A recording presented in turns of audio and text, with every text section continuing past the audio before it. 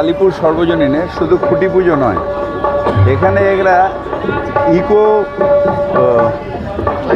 Eco climate পরিষ্কার রাখার জন্যে প্লাস্টিক কালেকশন, আমাদের যে rain water harvesting, aquaponic, hydroponic, tree plantation, আর এটা মেন হচ্ছে ওদের এই যে recharging of the water in the ground, এগুলো আজ থেকে শুরু করলো।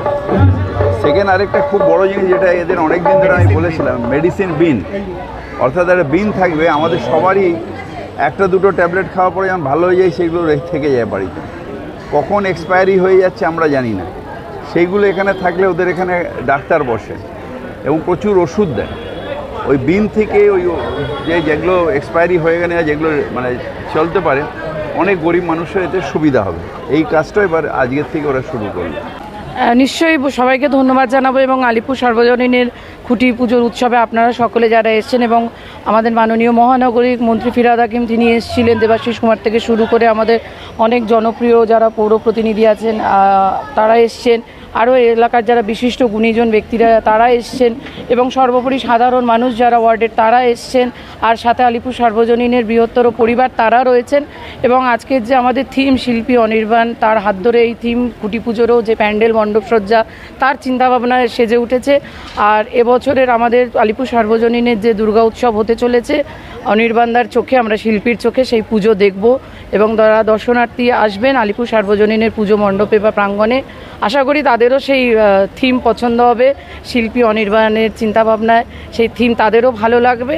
আর আলিপুর সর্বজনীনে আমাদের সাহেব থেকে শুরু করে গঙ্গাদা যারা রয়েছেন, কৌশিক যারা আছেন, শুধু খুঁটি পুজো বা দুর্গা উৎসব না, আলিপুর সর্বজনীন কিন্তু সারা বছর কিছু না কিছু সামাজিক কাজকর্ম করে থাকে। যেমন আমাদের এখানে ফ্রিতে মেয়েদের ট্রেনিং দেওয়া থেকে শুরু করে সেখানে হাতের বিভিন্ন রকম কাজ শেখানো হয়, সাথে রেশনিং ব্যবস্থা আছে দুস্থ পরিবার তাদের পাশে দাঁড়ানোর জন্যে। আর আজকে বিশেষ করে খুঁটি পুজো যেটা বললাম যে আলিপুর সর্বজনীন শুধু দুর্গা উৎসব বা পুজোয় থেমে নেই, তাদের যে চিন্তাভাবনা, সেই চিন্তাভাবনা এটাই যে আমরা জানি যে পৃথিবীকে বাঁচানো আমাদের কর্তব্য, পৃথিবীকে রক্ষা করার দায়িত্ব আমাদের।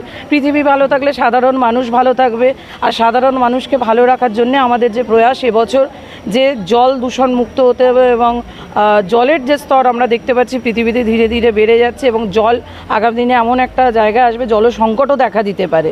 তাই সেই জল বাঁচানোর যে অপচয় যে জল হচ্ছে সেটাকে বন্ধ করা, সেই বার্তা আমরা এবছর খুঁটি পুজো থেকে দিচ্ছি। তাই রেন ওয়াটার হারভেস্টিং, বৃষ্টির জলকে ধরে সংরক্ষণ করা, সেই চিন্তাভাবনা আলিপুর সর্বজনীন নিয়েছেন। আর তাছাড়াও বৃক্ষরোপণ কর্মসূচি বলুন, বিনা পয়সায় স্বাস্থ্য পরীক্ষা, ওষুধ দেওয়া, এই সব কর্মকাণ্ড তো সারা বছর হয় আমাদের। আর আগামী দিনেও আশা করি আমরা মানুষের আশীর্বাদ পেলে আরও ভালো কাজ করব, কেননা নেত্রী আমাদের যিনি মাননীয় মুখ্যমন্ত্রী মমতা বন্দ্যোপাধ্যায়, তিনি তো বিশ্বের দরবারে বাংলার দুর্গাপুজোকে একটা অন্য রকম জায়গায় পৌঁছে দিয়েছেন। ইউনেস্কোর যে ইনটেঞ্জেবল আমাদের যে হেরিটেজ রয়েছে, কালচারাল হেরিটেজ, বাংলার দুর্গাপুজোকে সেই তকমা দিয়েছে ইউনেস্কো, সেটা আমাদের কাছে সত্যি একটা আনন্দের ব্যাপার, গর্বের ব্যাপার।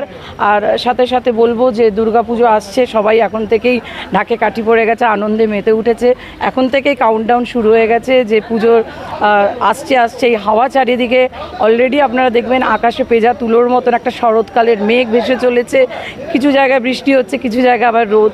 তাই পুজো যে মা আসছেন সেই বার্তাই দিচ্ছেন। আর ধর্ম যার যার উৎসব সবার, আমরা সবার উৎসবে সবাই থাকবো, এটাই আমাদের চিন্তাভাবনা। ঘরের মেয়ে মা দুর্গা, আমরা এক বছর অপেক্ষা করি যে মা কখন আবার আমাদের মাঝে আসবেন, সেই দিনগুলো আমরা কখন পাবো ফিরে। তাই গত বছর 2023-এর যখন আমাদের কার্নিভালে রেড রোড হাঁটা হয়ে যায়, বিসর্জন হয় মা, তখন থেকেই আমরা প্রস্তুতি নিয়ে নিই যে সামনের বছর মা আসবেন, কিভাবে তাকে আমরা আমাদের ঘরের মেয়ে মা উমাকে বরণ করে নেব, কিভাবে আমরা তাকে আদর আপ্যায়ন করব পুজোর দিনগুলো, কিভাবে আমরা প্যান্ডেল সাজাবো, সেই চিন্তাভাবনা শুরু হয়ে যায়। 80তম বর্ষে আমাদের এবারের প্ল্যান সংকল্প। আসলে সার্বজনীন সবসময় সংকল্প নিয়ে কাজ করে। আমরা এবছরও অনেকগুলো বিষয় সাথে রেখেছি, যেরকম পরিবেশকে সুন্দর রাখার জন্য অ্যাকোফোনিক, হাইড্রোফোনিক, আমরা তার সাথে rain water harvesting, water recharge on the ground, এই সমস্ত কিছুই রাখছি। তবে আজকের মূল চমক হচ্ছে খুঁটি পুজো। আমরা এখানে যে সংকল্পের কথা বলছি সেটা যেরকম প্রাণের সংকল্প, সেরকম আমাদের প্রত্যেকের মধ্যে যে সং রয়েছে তাকেও কল্পলোক থেকে কীভাবে আনা যায় সেটাই আমাদের এবারের প্ল্যান। এবং আমাদের এবারের পুজো পুজো মানুষের যে ঢল এনে দেবে, যাতে পরের বার থেকে প্রত্যেকের মুখে আলিপুর সর্বজনীনের নাম থাকবে, এটা আমরা হলফ করে বলতে পারি। সেটাই সৃজনে দেখিয়েছেন অনির্বাণ দাস, যাকে মান্যতা দিয়েছেন দেবলীনা বিশ্বাস, সাহেব দাস এবং আমাদের আরও বহু নেতৃবৃন্দরা। সাবেকি পুজোর একটা আলাদা মজা আছে। সাবেকি পুজো, তার খাওয়া দাওয়া, সবাই মিলে হই হই করা। আর থিম পুজো মানে সেটা একটা অন্য ব্যাপার।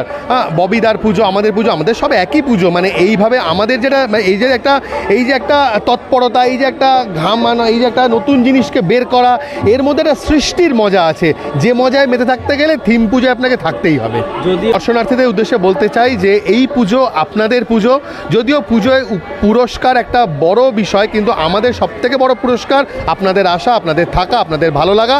আমরা সেভাবেই পরিকল্পনা করছি। আপনারা আসুন, আশা করি এবার আপনাদের নিরাশ হতে হবে না, খুব ভালো লাগবে। আলিপুর সর্বজনীন পরিবেশ এবং পুজো এরকম 5 দিনের বিষয় ভাবে না, আমাদের সারা বছর কাজ চলে, সারা বছরের পর বছর কাজ চলে। সেটা গরিব মানুষদের রেশন দেওয়া হোক, সারা বছর খাবার দেওয়া হোক, এবং এবার আমরা যে প্ল্যানটা এনেছি ক্লাইমেটটাকে পুরো ঠিক করার জন্য, তাতে rain water harvesting, tree plantation, aquaponic, hydroponic, water recharge, সমস্ত কিছু থাকছে একসাথে।